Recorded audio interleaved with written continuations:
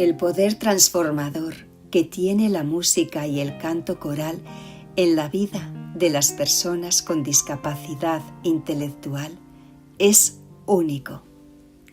La música es un lenguaje universal, no necesita traducción. Cuando alguien se integra a un coro, no solo canta, crece. Cada ensayo, cada canción aprendida, cada escenario compartido fortalece su autoestima. Les recuerda que tienen un lugar, un talento y una voz que merece ser celebrada. El canto también trasciende el espíritu de quienes participan. Hay algo que ocurre cuando varias voces se encuentran, se armonizan, se sostienen, se acompañan. Voces que quizá solas son tímidas o inseguras, pero que juntas se vuelven fuertes, vibrantes, llenas de vida. Es como si al cantar cada persona dejara salir una parte de su esencia y esa esencia se uniera con la de los demás, formando una sola energía, una sola voz.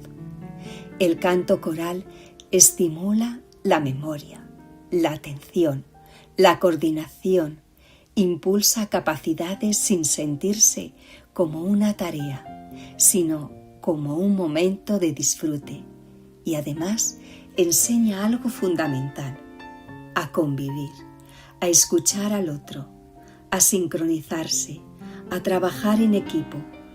Pero quizá lo más hermoso es lo emocional.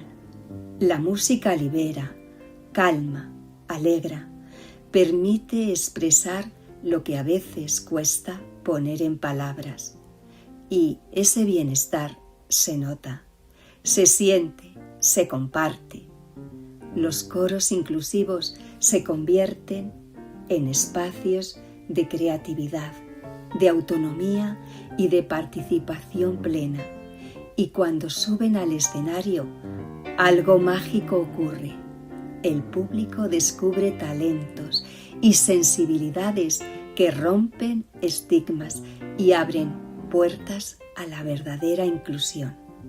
La música y el canto coral no son solo actividades artísticas, son caminos hacia una vida más plena, hacia la igualdad de oportunidades y hacia una sociedad que escucha, que acompaña y que valora la diversidad.